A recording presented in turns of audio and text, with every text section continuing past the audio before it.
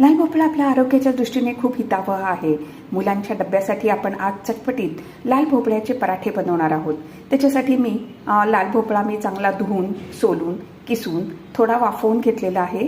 हा 1 कप किस आहे. त्यानंतर त्याच्यामध्ये आपण 1.5 कप गव्हाचं पीठ आणि 1 टेबलस्पून बेसन घातलंय. बेसन घातल्याने आपले पराठे छान खुशखुशीत होतात. त्यानंतर ह्याच्यामध्ये आपण 1 टेबलस्पून आलं, लसूण, हिरवी मिरची घातली आहे.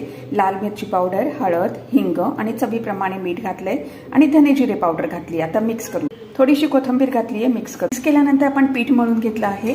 आता हे 10 मिनिटं आपण झाकून ठेवूया. 10 मिनिटं झालेली आहेत. एक गोळा घेतला आहे पीठ लावून. आता हा लाटून घेऊ. पराठा लाटून झाला. तवा गरम करायला ठेवला आहे. पराठा तव्यावरती घातलेला आहे. पराठा उलट केला आहे आणि तेल लावलंय. तेलावरती छान भाजून झाला आहे. अशा प्रकारे आपण सर्व पराठे बनवून घेऊया. आपले आरोग्यदायी पराठे आता रेडी आहेत. हे आपण तुपात लावून आणि सॉस बरोबर किंवा चटणी बरोबर सर्व करू.